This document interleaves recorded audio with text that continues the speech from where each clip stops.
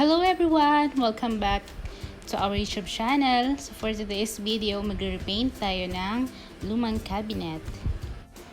Please excuse my damit today kasi wala sana akong i-plan i-upload sa YouTube pero sige na lang.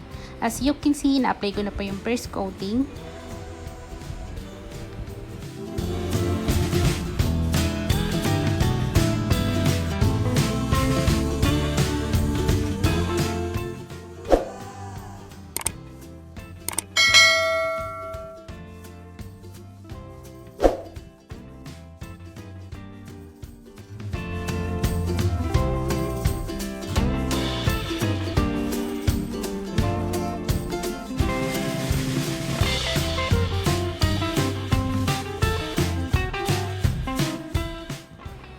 At this moment, tapos ko na i-apply yung second coat. So, na-realize ko na mas mabilis palang gamitin ang roller brush kaysa sa paint brush. So, ayan, ang bilis lang natapos.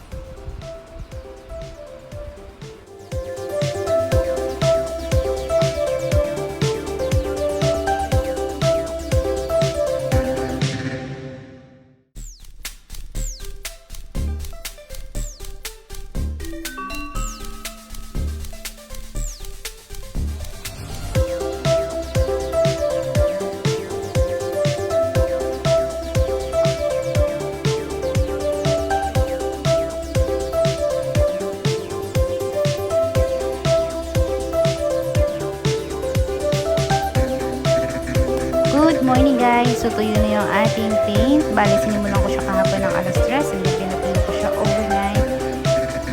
So ayan, tuyo na siya. As you can see, wala na dumidikit sa aking kamay. So tara, simulan na natin yung huling coat o yung final coat natin.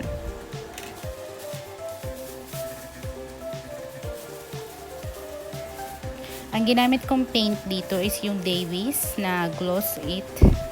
Enamel siya. So, pwede siya sa wood and mga metal.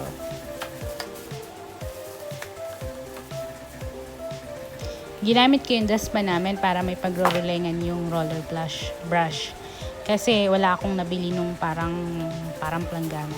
So, ayan, nilagyan ko lang ng plastic. At syempre, hinugasan ko naman yung dustpan. Malinis naman yan. Dito lang namin ginagamit sa loob. So, ayan. Thank you sa SNR sa plastic.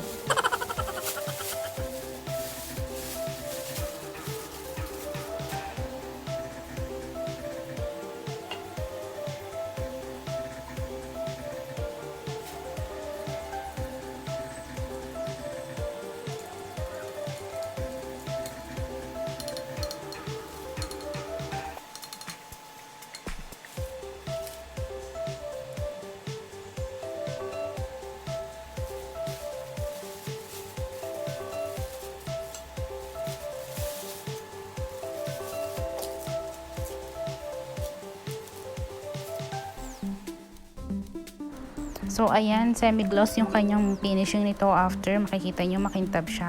Mas madali kasing linisin yung semi-gloss kaysa sa matte. Pag may dumikit na alikabok, mas madali siyang punasan. Kahit punas lang, matatanggal na agad yung dumi.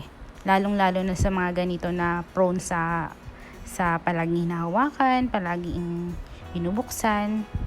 So, mas ma-advise ko na mas maganda gamitin yung mga gloss, semi-gloss or yung mga gloss na paint para sa mga gamit na katulad nito.